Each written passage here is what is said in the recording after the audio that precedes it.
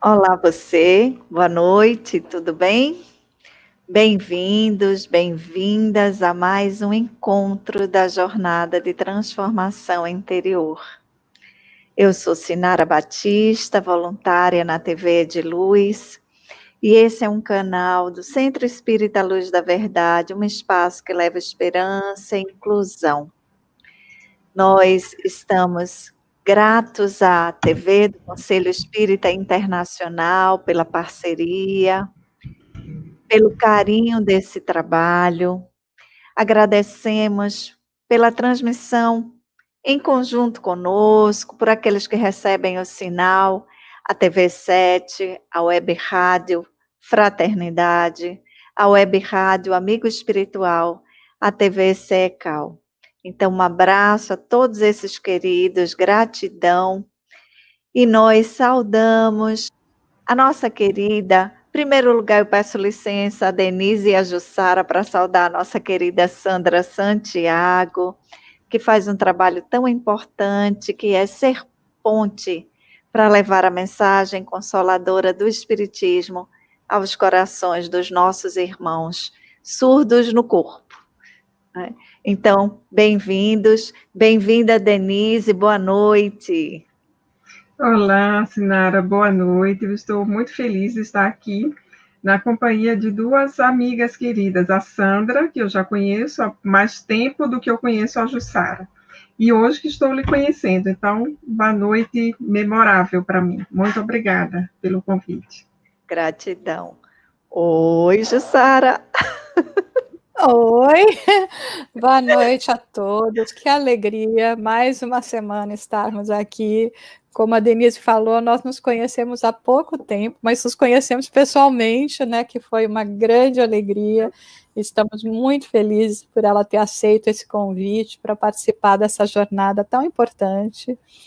E nós podemos, então, levar todas essas reflexões para vocês. Então, muito boa noite a todos. O tema de hoje, coração pacificado. Tocante o tema, não é? Mas nós vamos começar descrevendo a nossa tela para as pessoas que têm deficiência visual, que necessitam desse recurso da audiodescrição. Neste momento, nós estamos em 4 quadros. Quando nós passarmos a palavra para Denise Lino, nós ficaremos com 2 quadros na tela, mas nesse momento estamos em 4 quadros.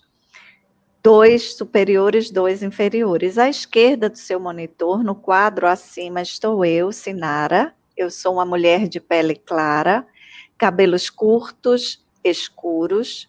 Estou usando um fone de ouvido do tipo arco, com o microfone acoplado. Uso uma blusa branca em referência ao Janeiro Branco, mês da saúde mental. Atrás de mim, um quadro com flores, são hibiscos, são papoulas vermelhas e amarelas. Ao meu lado, à direita, a nossa intérprete de Libras, Sandra Santiago. Sandra é uma mulher de pele clara, cabelos castanhos, ondulados, na altura dos ombros. Sandra veste uma blusa preta para facilitar a visualização dos sinais e atrás de Sandra um fundo branco. Nos quadros abaixo, à esquerda está a Jussara Cornegold, é uma mulher de pele clara, cabelos loiros abaixo dos ombros, lisos. Jussara está usando uma blusa rosa e atrás de Jussara uma estante com livros e outros objetos. À direita da Jussara, à direita do seu monitor, está a Denise Lino, é uma mulher de pele clara, cabelos pretos na altura dos ombros, lisos. Denise usa óculos, está com um fone de ouvido discreto. Atrás dela, ela está usando uma blusa verde clarinha. Atrás dela, uma estante com livros. Então, essa é a nossa disposição neste momento. Depois, Denise Lino ficará à esquerda do monitor e Sandra Santiago, a intérprete, à direita.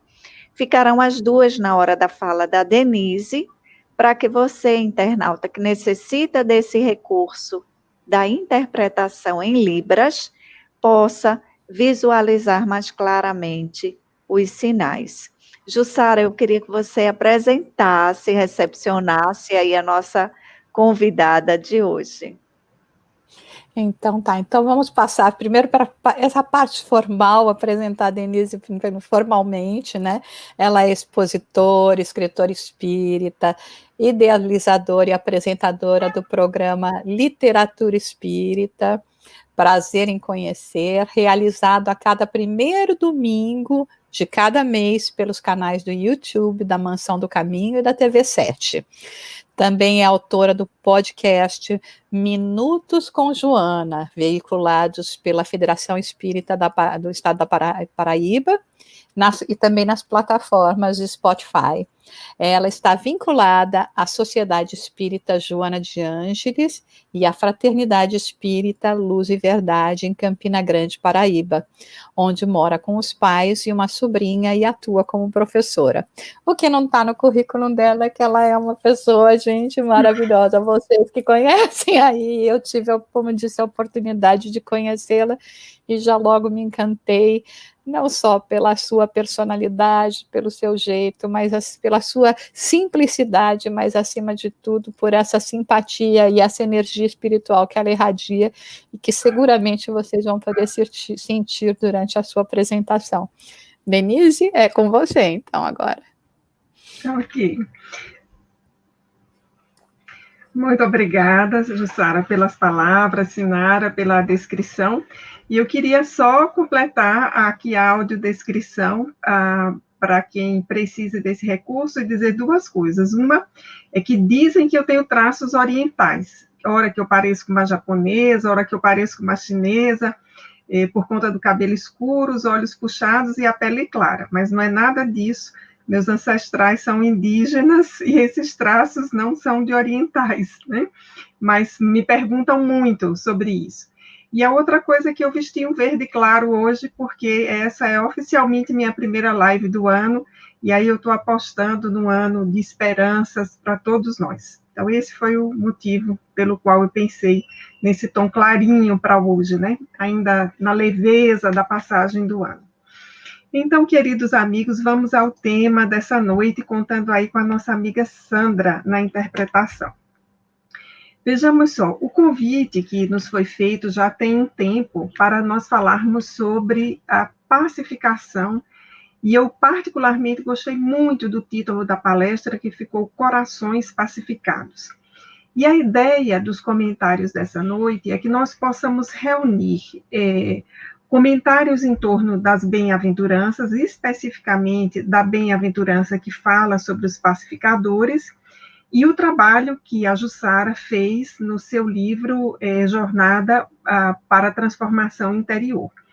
E eu queria inicialmente dizer que essa expressão do livro de Jussara, né, o próprio título, ele é extremamente interessante, porque esse processo de autodescobrimento, de enxergarmos quem nós somos, de entendermos o porquê estamos aqui, o que estamos fazendo neste mundo, qual é o nosso propósito ou a nossa missão, como aparece no filme Soul, que foi lançado agora no Natal e que está fazendo muito sucesso, são questões que a doutrina dos espíritos nos traz. E à medida que nós entendemos essas questões, nós também nos compreendemos melhor. É muito comum, é extremamente comum que as pessoas que ainda não despertaram para essa realidade transcendental da vida tenham dificuldade em entender o que fazem aqui, qual é o propósito dessa existência, por que uns nascem num lar pobre, outros nascem ricos, porque uns têm Covid e outros não, na mesma casa, porque uns morrem, porque crianças nascem com doenças degenerativas, enfim, porque idosos, né, de 104 anos, como já vimos, sobrevivem à Covid-19. Então, essas são questões, melhor dizendo, que trazem muita inquietação.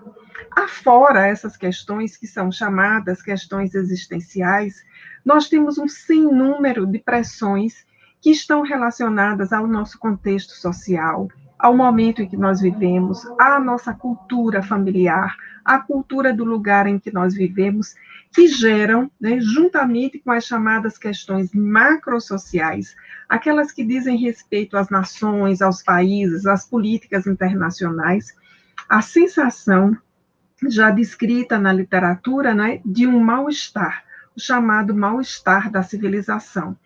Uma carga muito grande de pressão, de dificuldade, de incapacidade de se reconhecer no lugar ou de se ajustar a ele. Então, esse tema da pacificação, ele é absolutamente necessário e, junto com outros temas, ele está nesse caminho que, no livro da Jussara, fica muito bem definido como uma jornada de transformação interior. Então, eu gostaria inicialmente de destacar, né, esse título que é importante. Primeiro, que é uma jornada, ou seja, é uma viagem, é um projeto, é um tempo, é um processo para que essa transformação interior ocorra e ela não ocorre de uma hora para outra. Nos lembremos de Allan Kardec, em O Livro dos Espíritos, lá no capítulo 17, que é o capítulo intitulado Sede Perfeitos, particularmente no item 4, intitulado Os Bons Espíritas. Kardec começa descrevendo os bons espíritas, mas ele vai concluir com a definição do verdadeiro espírita. Quem é o verdadeiro espírita? É aquele que busca domar as suas más inclinações. É aquele que faz todos os esforços para domar as suas más inclinações e passar a vivenciar o bem. Então, essa definição de Kardec, ela é muito importante para nós, pela lucidez do codificador para conosco, os espíritas, de que nós não faríamos essa transformação moral de uma hora para outra, mas que essa transformação moral é o resultado do esforço de domar as nossas más inclinações e de fazermos exatamente esse esforço de transformar. E aí, sempre que eu penso em transformar, eu penso também na própria noção de processo, né? Então, algo estava de uma forma e o processo faz com que aquele estado, aquele algo, aquela situação se modifique, se apresente no final do processo de uma outra forma. Então, a transformação moral, ela tem essa semelhança com processos normais do nosso cotidiano. Por acaso, agora, eu lembrei aqui de um bolo, de uma receita de bolo, e se nós todos pensarmos, nós temos elementos diferentes, ingredientes diferentes, que são misturados e, conforme a receita, há o tempo de descanso da massa, há o tempo de cozimento, o tempo em que a massa deve assar, deve permanecer no forno com uma dada temperatura. Então, no final, nós temos uma transformação de elementos que inicialmente estavam dispersos. Na nossa personalidade, mal comparado, nós podemos exatamente pensar assim: nós vivemos situações, nós temos emoções, nós temos sentimentos, nós temos insights, compreensões, mas o nosso nível de metaconsciência, ou seja, o nosso nível de compreensão desses sentimentos, dessas emoções, dessas vivências, nunca é tão aprofundado. Então, nós precisamos começar a aprofundar e conectar. E a mensagem de Jesus, assim como a mensagem do Espiritismo, é um convite para que nós possamos pensar esse processo. E aí, nessa jornada de transformação interior, nós nos deparamos com a síntese do convite. E a síntese do convite é exatamente as bem-aventuranças, que se encontram descritas, né, de forma mais ampla no Evangelho de Mateus. Há uma versão também no Evangelho de Marcos, mas nós vamos preferir nessa noite a descrição que está no Evangelho de Mateus. E nós temos assim muitos elementos simbólicos no Sermão do Monte e especificamente nas bem-aventuranças. Só para explicar, o sermão ele vai dos capítulos de 5 a 7 de Mateus, e as bem-aventuranças estão no capítulo 5, logo no início. Nós temos muitos elementos simbólicos nessas bem-aventuranças, no início do sermão, e uma delas, que me chama muito a atenção pela descrição que está em Mateus é o início, quando Mateus descreve algumas ações de Jesus. Jesus, vendo a multidão, subiu ao monte, assentando-se, dele aproximaram-se os discípulos e, abrindo sua boca, ensinava, dizendo. Então, vejamos que sequência, né? Primeiro, na descrição de Mateus, Jesus sobe ao monte, ou seja, há um elemento simbólico, né, de que esse texto ele é tão extraordinário, ele é tão especial, que ele não foi dito em qualquer lugar, ele foi dito acima do monte. Essa subida de Jesus ao monte, ela é precedida da visão de Jesus sobre a multidão que o aguardava. Então, Jesus vendo a multidão. E depois nós vamos entender, na sequência do Sermão do Monte, que a multidão que ali estava para ouvir Jesus sentia uma dupla fome. Uma fome física e uma fome espiritual / emocional. Então, Jesus vai alimentar essa multidão, que hoje é constituída por nós, que estamos na terra, com a instrução das bem-aventuranças. Então, Jesus vê a multidão, ele sobe ao monte, e estando conectado, né, com o Pai, com as leis divinas, com a corte de espíritos que o assessorava constantemente, Jesus vai assentar-se no topo do monte. Isso é muito bonito e é muito profundo, porque retoma aqui Jesus como um grande mestre do Oriente. Os mestres do Oriente, eles nunca dão aula em pé, eles nunca dão lições aos seus discípulos em pé. Eles estão sentados ou eles se sentam, porque essa é uma postura de humildade e é uma postura convidativa a um olho no olho, numa situação de proximidade. Então, Mateus diz que Jesus assentou-se, os discípulos aproximaram-se deles, ou seja, como se fizessem ali uma espécie de anteparo a Jesus, mas ao mesmo tempo eram os primeiros, os que estavam mais próximos, aqueles que deveriam ouvir e deveriam colocar em prática, na sequência, essas bem-aventuranças. E depois Jesus vai, então, ensinar a todos os que ali estavam e a nós outros hoje, quando relemos as bem-aventuranças. Então, eu vou reler aqui apenas para dar destaque, no final, àquela que nos interessa nessa noite. Então, as bem-aventuranças começam. Bem-aventurados os pobres de espíritos, porque dele é o reino dos céus. Bem-aventurados os que choram, porque serão consolados. Bem-aventurados os mansos, porque herdarão a terra. Bem-aventurados os que têm fome e sede de justiça, porque eles serão fartos. Bem-aventurados os misericordiosos, porque eles alcançarão misericórdia. Bem-aventurados os limpos de coração, porque eles verão a Deus. Bem-aventurados os pacificadores, porque eles serão chamados filhos de Deus. Bem-aventurados os que sofrem perseguição por causa da justiça, porque deles é o reino dos céus. E aí ainda o arremate, né? Bem-aventurados sois vós quando vos injuriarem, vos perseguirem e mentindo, disserem todo mal contra vós por minha causa. Então, nós observamos aqui que Jesus traz um discurso de promessas para a humanidade. Eu gosto muito de lembrar o sentido da palavra bem-aventurados em português, porque é uma palavra de uso raro. E durante muito tempo, eu ficava pensando qual é o sentido, né? Quando eu era jovem, estava no estudo da juventude espírita, que um expositor falava sobre as bem-aventuranças, mas o que isso significa, né? Mesmo para a minha geração, já era uma palavra praticamente em desuso em português, embora seja uma palavra muito rica, muito preciosa, que tem uma história muito bonita.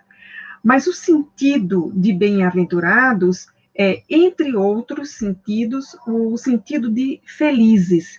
Então, se a gente fosse traduzir para o português dos dias de hoje, seria felizes, né, os que choram porque serão consolados, ou felizes são os pacificadores, porque eles serão chamados filhos de Deus. Ou ainda ditosos, né? Ditosos são aqueles que são pacificadores, porque eles serão chamados filhos de Deus. Mas há ainda um estudo relacionado às bem-aventuranças, que diz que o bem-aventurados traduz uma expressão do grego antigo que seria algo como avante, que talvez, se a gente fosse traduzir para o português dos dias de hoje, seria algo como vambora, para frente. Não sei como é que Sandra vai dizer isso em libras, né? Como é que ficaria a gíria, né? Mas algo assim do tipo vambora, né? Tá na hora, para frente, é agora. Então, as bem-aventuranças, elas têm esse caráter de exortar a uma posição, a uma atitude. E só revisando aqui, exceto a que nós vamos comentar, curiosamente, né, que é a dos pacificadores, todas as demais, elas trazem uma promessa.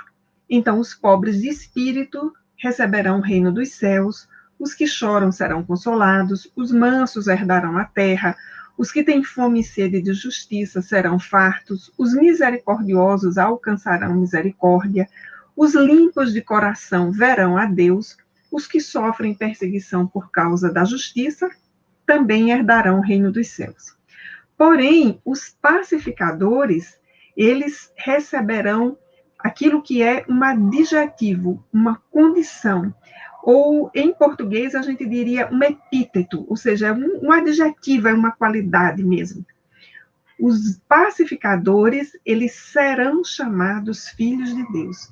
Então vejamos que bem-aventurança é interessante, porque não é uma promessa, não haverá, digamos, um estado, uma mudança de estado emocional, como o dos aflitos, que serão consolados, ou dos humildes, né, que receberão o reino dos céus, ou seja, terão condição de participar dos mundos espirituais mais evoluídos.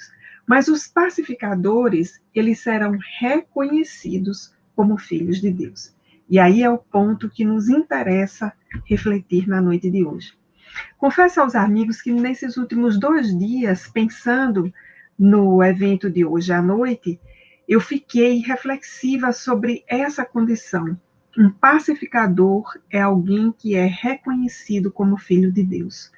E vejamos que, ao mesmo tempo, que delicadeza, que responsabilidade e que profundidade, porque o pacificador é aquele que vai de forma coletiva, porque serão chamados, ou seja, eles serão reconhecidos. O pacificador é aquele que socialmente será apontado, indicado como filho de Deus. E aí nós nos lembramos de quais são as características de Deus, né? Quando eu volto ao Livro dos Espíritos, eu sempre me emociono com a primeira parte que descreve Deus. E quais são as suas 2 grandes características, além de ser eterno, de ser imutável, né? É ser soberanamente justo e bom. Então vejamos que qualidade Allan Kardec e os espíritos, na discussão sobre Deus, nos apresentam. Além de ser eterno, de ser imutável, de ser onisciente, Deus é soberanamente justo e bom. Então, esse advérbio, né, o soberanamente, ele modifica aí as características de ser bom, ou seja, é o superlativo da bondade, assim como modifica as características de justiça, é a justiça superlativa, e bondade e justiça num pé de igualdade, e esse pé de igualdade é a condição superlativa, é o máximo que nós podemos imaginar e admitir com a nossa consciência, que é ser soberanamente. E ser soberanamente justo e bom significa dizer ser bom e ser justo na medida certa e sem erro. Então, imaginemos que um pacificador será chamado de filho de Deus, será reconhecido. Então, ele terá algumas características de Deus. Certamente não é ser eterno, certamente não é ser imutável, certamente não é ser onisciente. Mas vejamos que o pacificador é aquele que socialmente vai trazer essas características de bondade e de justiça para a sociedade. E aí nós entendemos que num mundo de provas e expiação como o que nós vivemos, e esse período da pandemia tem trazido aos nossos olhos as características desse mundo de provas e expiação, em que o mal ainda prevalece, em que o egoísmo ainda é a tônica, conforme estava descrito lá no capítulo 3 do Evangelho segundo o Espiritismo, nós temos ouvido e acompanhado pelos noticiários, pelas experiências que nos chegam, essa condição de que num mundo de provas e expiação é muito difícil que nós tenhamos a paz como uma conquista perene. Na verdade, a história da humanidade poderia ser contada como a história em busca da paz. Quando nós olhamos para os livros de história da escola, por exemplo, ensino fundamental, ensino médio, nós observamos que a história da humanidade é uma história que é contada pela história das guerras. A história das nações, a história dos povos, é uma história contada a partir das guerras, quando poderia também ser contada como uma história em busca de paz. Como a nossa natureza ainda é beligerante e estamos num mundo de provas e expiação, nós dificilmente conseguimos fazer a paz articulada de forma diplomática. A nossa história de conquista da paz ainda é uma história de conquista de fora para dentro e uma conquista com imposições. Então, por isso, a diplomacia exerce nos chamados problemas macrosociais e nos problemas transnacionais um papel tão importante.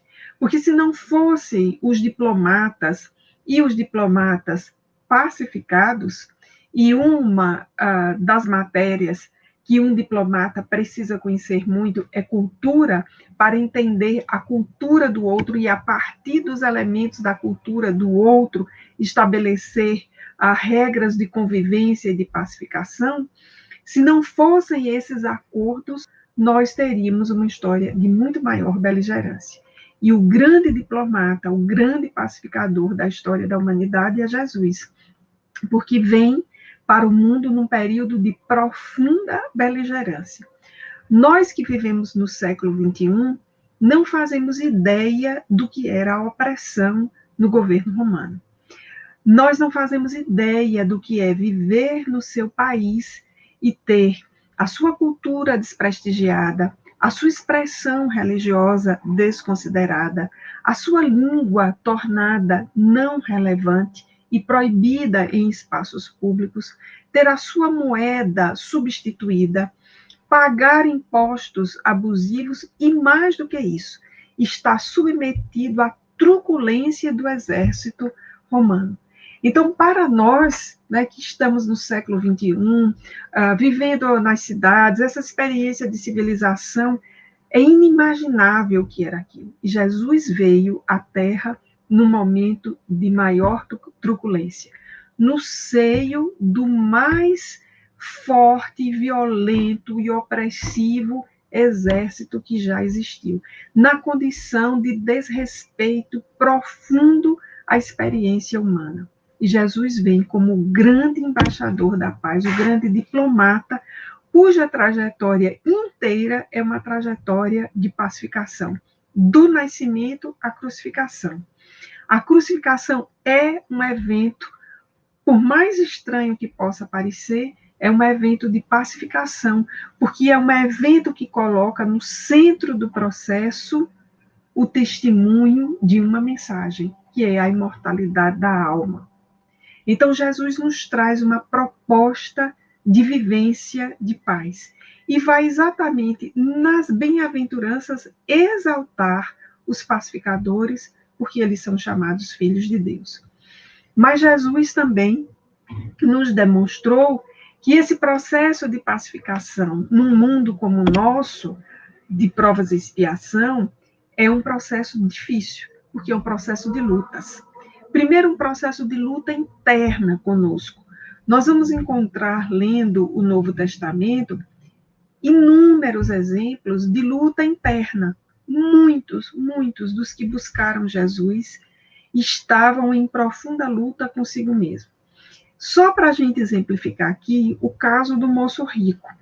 O moço rico, ele estava num profundo conflito consigo mesmo. E qual era o conflito? Era de saber se seguia a Jesus ou se continuava vivendo conforme o mundo, conforme o seu tempo, conforme aquilo que era o socialmente aceitável para um jovem rico do seu tempo. Então, ele vai ao encontro de Jesus para tentar se pacificar. E Jesus lhe apresenta um desafio muito grande para a sua maturidade, que era abrir mão de tudo que ele tinha para seguir a Jesus. Então, só para a gente ter ideia desse conflito e do que significava, imaginemos alguém que hoje é um grande influenciador nas redes sociais. Um desses que tem milhões de seguidores, que qualquer postagem rende inúmeros, milhares de comentários, de curtidas, que se transforma em notícia na mídia. Então, imaginemos o que alguém com essa projeção social, ou um atleta, ou um ator, ou né, alguém que tem uma influência social hoje muito grande, e aproximar-se de Jesus e perguntar o que faz, porque aquilo que tinha já não o preenchia mais. O que fazer para acalmar a ansiedade? O que fazer para pacificar o coração? O que fazer para se sentir preenchido? O que fazer para não se sentir entediado? O que fazer para não voltar a consumir drogas? O que fazer para permanecer sóbrio? Então, são questões que o moço rico provavelmente fez a Jesus. A resposta de Jesus é que ele abrisse mão de tudo aquilo que era a projeção do seu ego, ou seja, tudo aquilo que era repercussão no mundo material, tudo aquilo que lhe rendia aplausos para viver uma proposta de vida anônima. Ou seja, não haveria mais curtidas, não haveria mais holofotes, não haveria mais comentários na mídia, não teria acesso às substâncias que o entorpeceriam. Em compensação, estaria ali assistido pelo próprio Jesus no seu processo de transformação moral. Então, esse convite para o moço rico foi um convite que não foi aceito. Tanto que o moço disse assim, deixa-me primeiro ir aos jogos. Ou seja, ele quis servir a dois senhores, né, atender ali os últimos compromissos, como se fosse possível, né, resolver ali e depois voltar e seguir a Jesus. Então, quem vai nos contar o final da narrativa do moço rico é o espírito Amélia Rodrigues, através da psicografia de Divaldo Franco, se não me falha a memória, no livro Quando Voltar a Primavera ou Primícia do Reino, um dos dois. Quando Voltar a Primavera ou Primícias do Reino. Então, nós temos ali no moço rico alguém que está num conflito, com um coração que não está pacificado. Da mesma forma, nós vamos encontrar em Nicodemos um coração que não estava pacificado. Tanto que ele vai ao encontro de Jesus para buscar esclarecer as suas dúvidas. Então, vejamos que movimento, né, é esse. Esse é um movimento psicológico de preenchimento, porque Nicodemos ele toma uma decisão de preencher o seu coração. Ele toma uma decisão que é buscar as respostas com Jesus e ele sai daquele encontro preenchido. Nós podemos lembrar também o exemplo de Joana, a esposa de Cusa, que está narrada por Lucas no seu capítulo 8, e Joana também toma uma decisão de ir em busca de Jesus para pacificar o seu coração, porque ela estava na dúvida se largava tudo, como havia sido proposto ao moço rico, e seguia Jesus, ou se permanecia com o marido. Então, nós vamos encontrar a resposta de Jesus de que segui-lo naquele momento era permanecer com o marido. E vamos encontrar uma narrativa sobre ela no livro Boa Nova, de Humberto de Campos, psicografado por Francisco Cândido Xavier. E nós vamos ter inúmeros outros corações que não estavam pacificados e que foram ao encontro de Jesus. Só para concluir os exemplos, eu lembrei aqui de Marta e Maria, as irmãs de Lázaro, que vão aparecer como residentes em Betânia.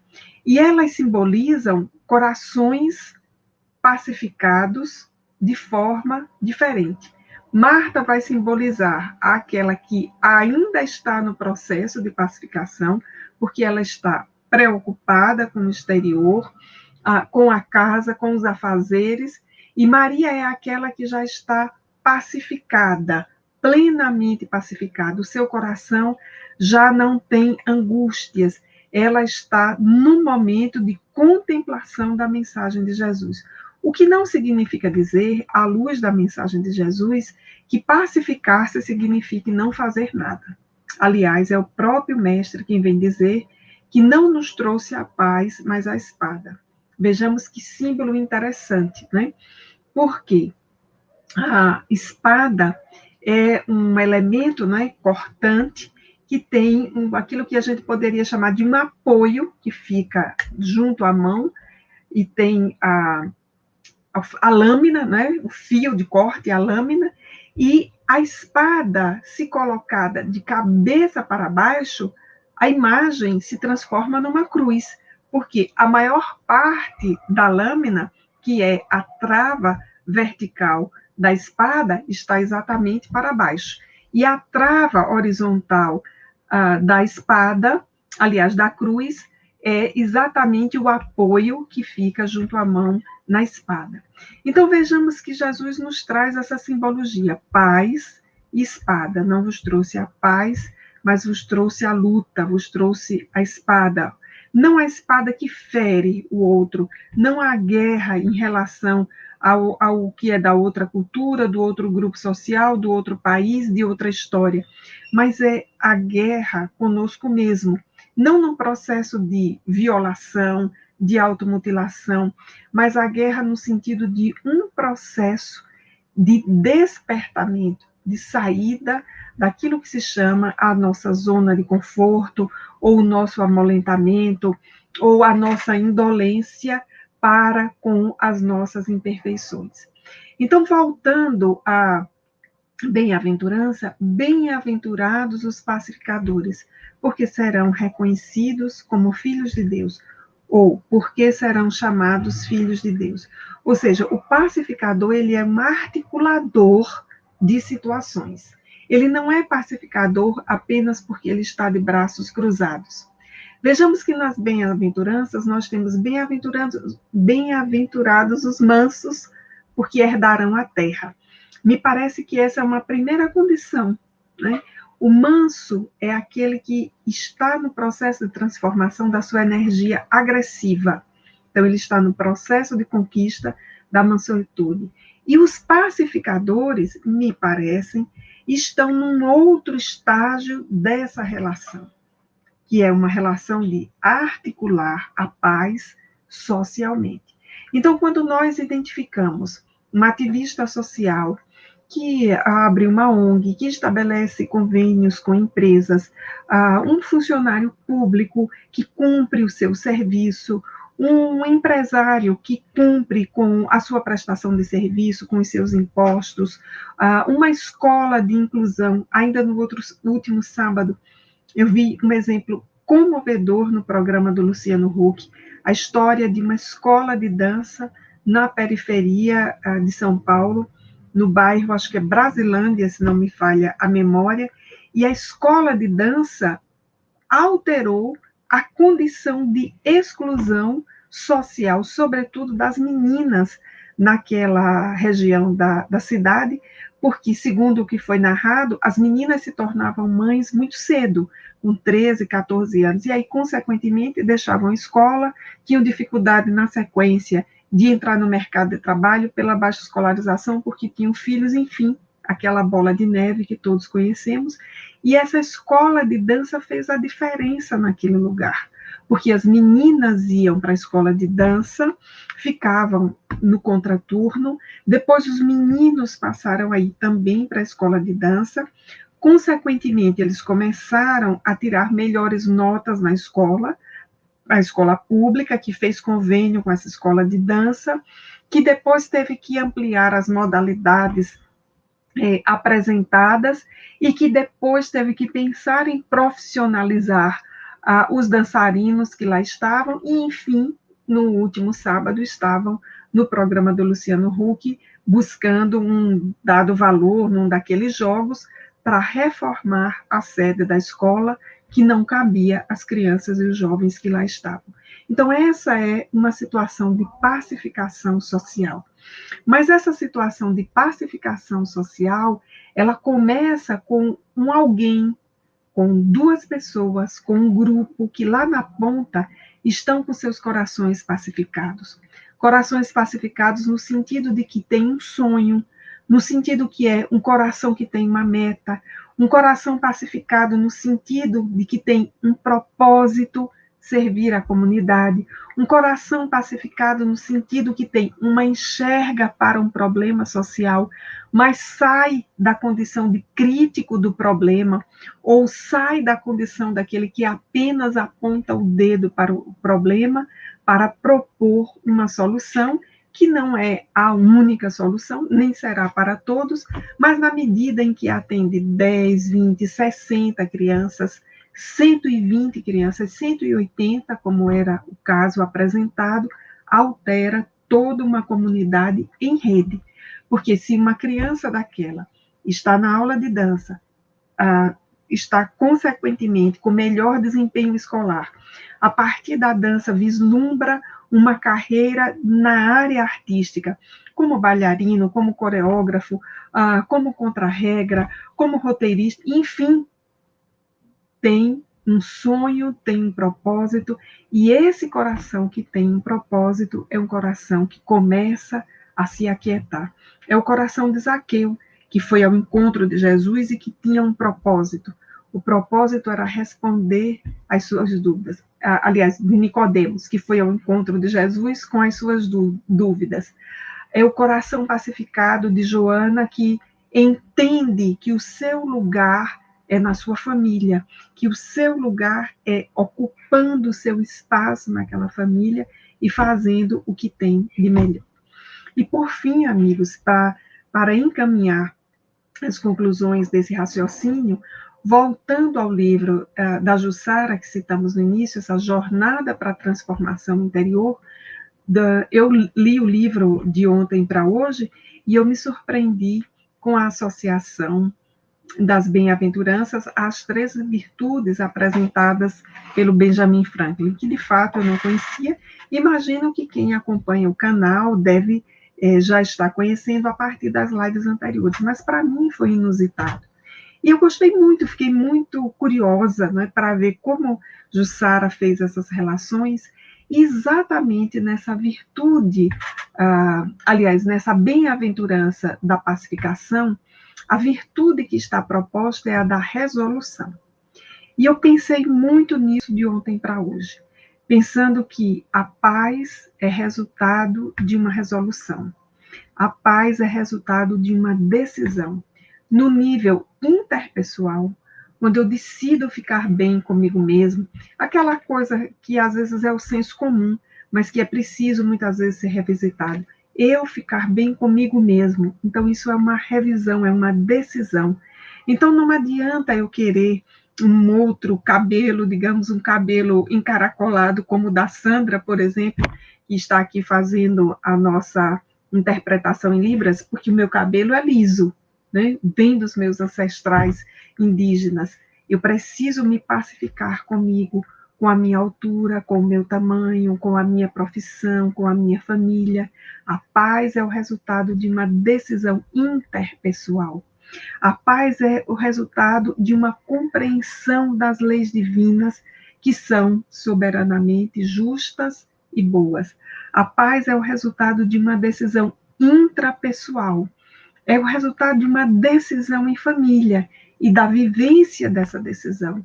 A paz é o resultado de uma decisão no trabalho, assim como é o resultado de uma decisão no nível social e no nível macrosocial. Então, nós temos guerras quando nós não decidimos pela paz. E nós temos paz quando nós decidimos que nenhuma guerra vale a pena em nenhum momento. E que é chegado um tempo na história da humanidade em que nós já compreendemos que é muito mais importante, muito mais lucrativo, muito mais satisfatório, muito mais exitoso e muito mais propiciador de progresso material e progresso emocional, fazer a paz do que fazer a guerra. E pensando nesse tema, tendo saído do Natal, eu acho que eu ainda estou carregada dessa emoção do início de ano, ali da experiência do Natal, do mergulho nessa atmosfera de Jesus, e essa construção da paz nós só conseguimos fazer de forma profunda e duradoura no nível interpessoal e no nível intrapessoal a partir da mensagem de Jesus. E a paz é, sem dúvida nenhuma, uma decisão, e é essa decisão que esse ano novo nos convida desde já. Era isso, amigos.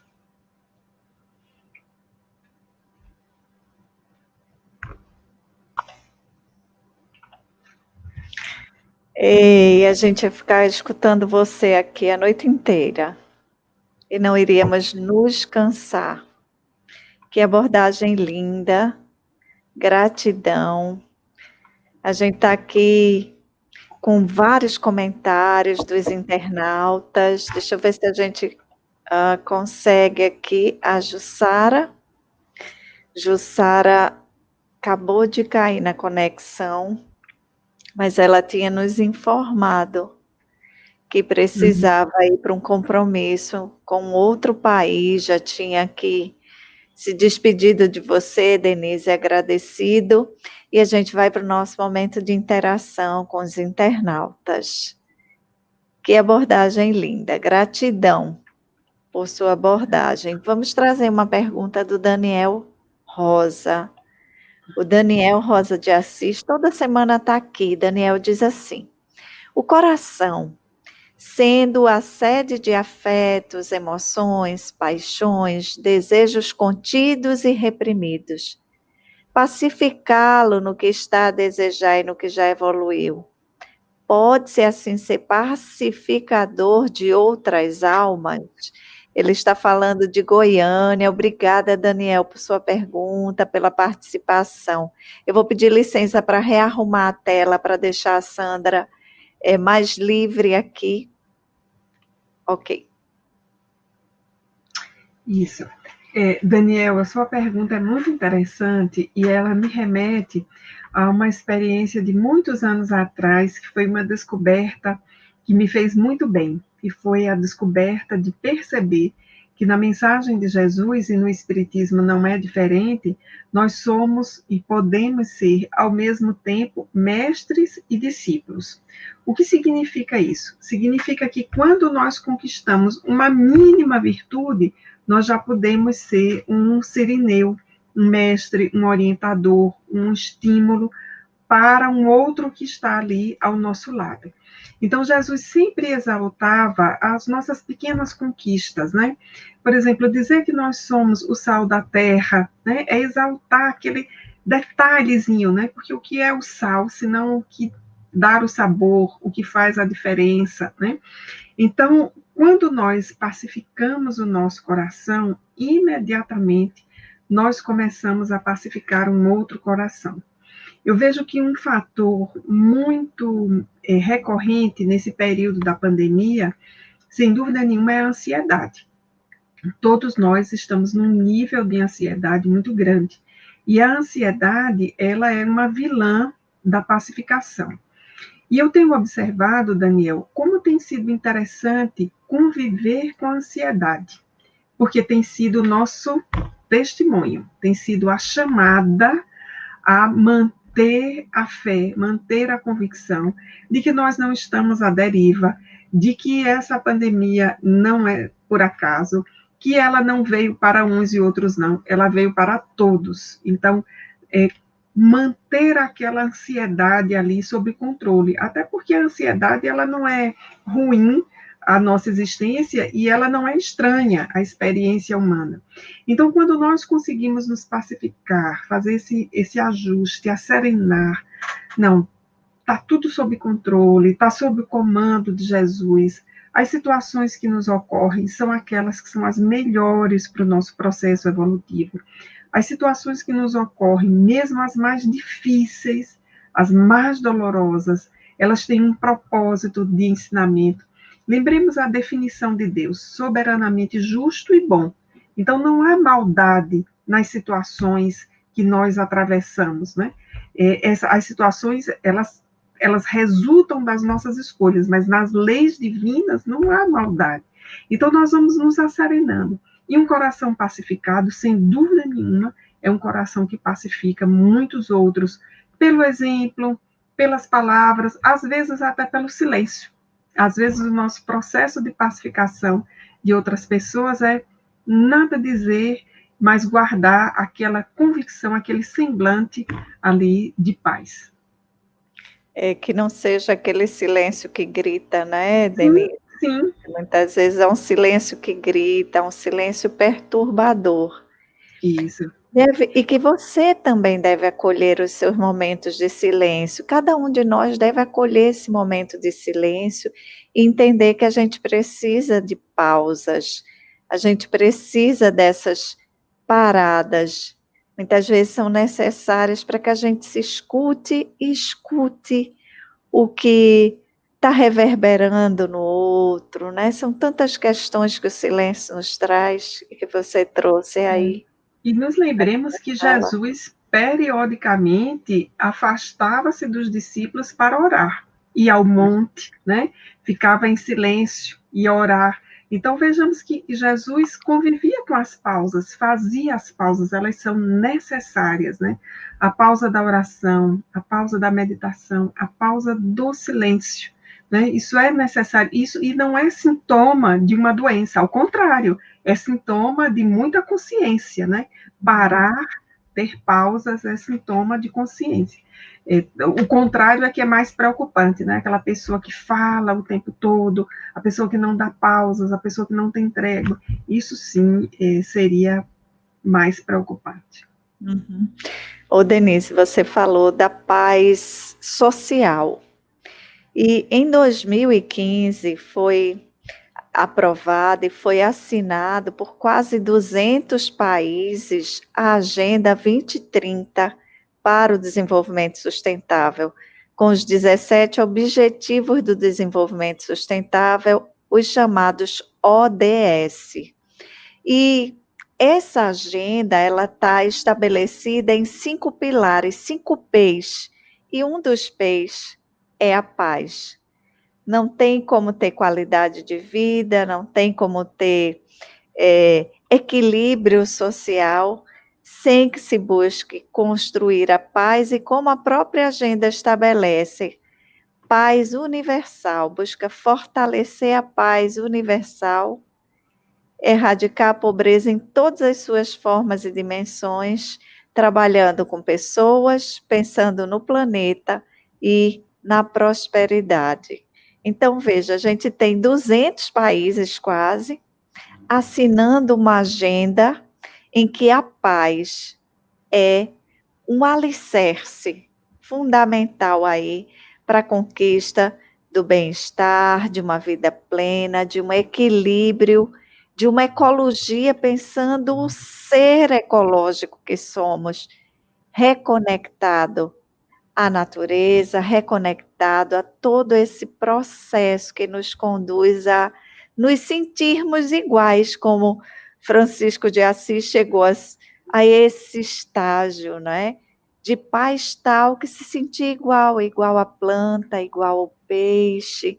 Então, essa sensibilidade, né? Uhum. Então, você, quando falou da paz, eu me lembrei da Agenda 2030, é 2030 porque as metas são para serem alcançadas até 2030. É um plano bastante ousado que nós precisamos conhecer, os internautas, se não conhecem, a gente indica conhecer. Sinara, eu acho que você traz uma lembrança muito importante, porque a paz individual ou interpessoal, ela é uma conquista, mas ela está também afetada pelo intrapessoal ou pelo social.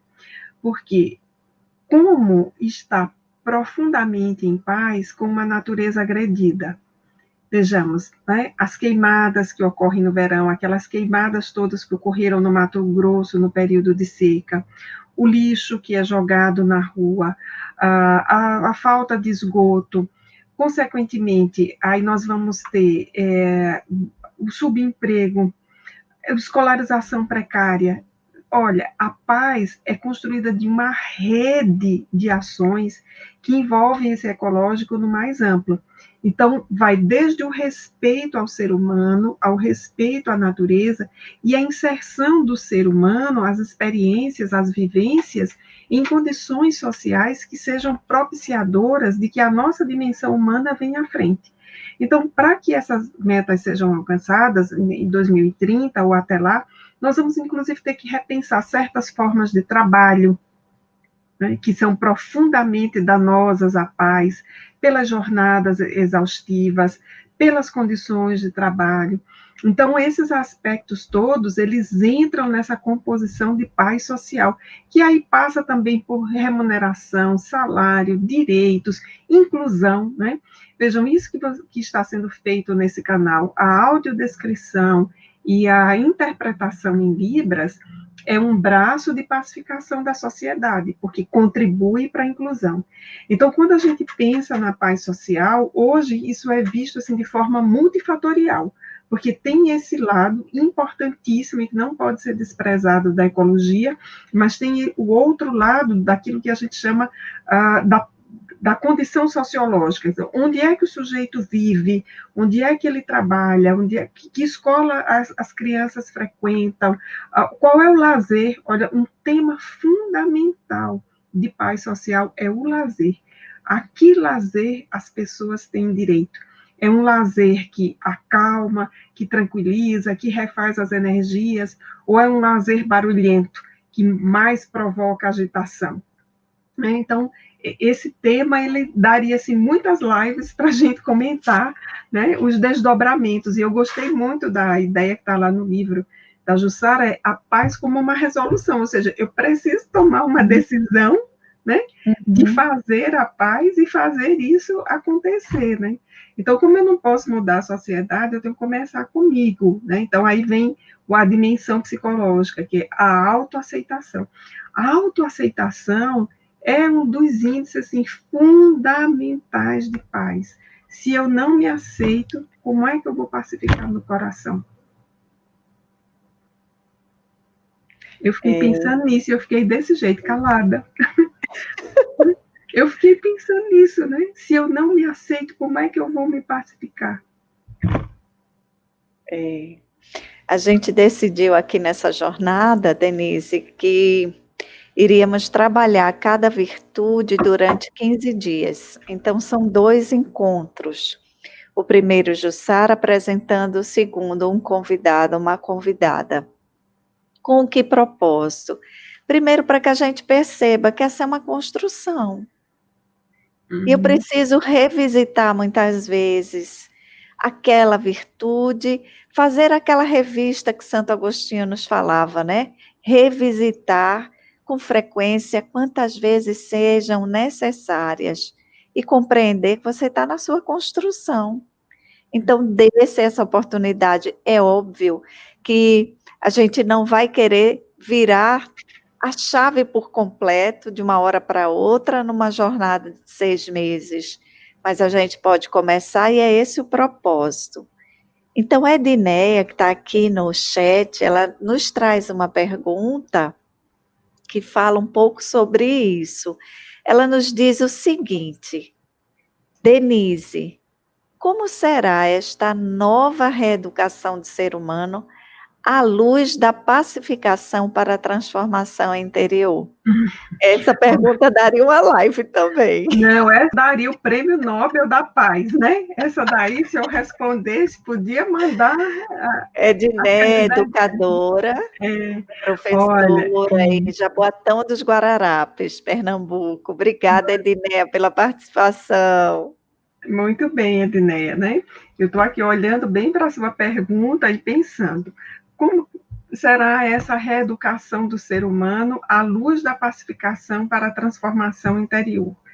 Então, em primeiro lugar, essa reeducação do ser humano, ela vai ocorrer tanto como um trabalho pessoal, como um trabalho social. Nós vamos necessariamente precisar começar pelos adultos, né? os adultos se engajando nesse processo de pacificação, de transformação social. Por quê? Porque eles poderão atar duas pontas. Eu observo que, à medida que nós temos adultos pacificados e adultos pacificados, as crianças têm quem se amparar, elas têm para quem olhar, e elas veem o seu futuro. E, do outro lado, nós temos idosos que dizem assim, eu não estou sozinho. Idosos que passam a observar, eu tenho um esteio. Então, o processo de reeducação, ele precisa começar dos adultos, ele precisa passar pela escola, por organizações sociais, por instituições públicas, né? As condições de respeito. A Edneia, que é educadora, eu vou lembrar todas aquelas competências socioemocionais que estão nos nossos currículos, que são tão importantes, virão à tona. Ora, os nossos currículos escolares estão falando de competências socioemocionais. O que significa isso? Saber viver em grupo, saber estar com o outro, respeitar o outro, pela cor, pela profissão, pela religião, pela forma de falar, por todas as condições. O outro é gente e precisa ser respeitado. O outro é da fauna, é da flora, é da natureza. O outro é um bem coletivo, precisa ser respeitado. Então, esse processo de reeducação, ele vai começar e ele precisa começar pelos adultos, e eu acredito que aí o adulto faz bem essa ponte entre a infância e a velhice. Com um detalhe, né? Um adulto se pacificando na sua fase de madureza, ele vai chegar à velhice aquietado. Então, nós vamos ter um ganho dentro da própria geração. E nós vamos precisar entender isso, é transformação interior.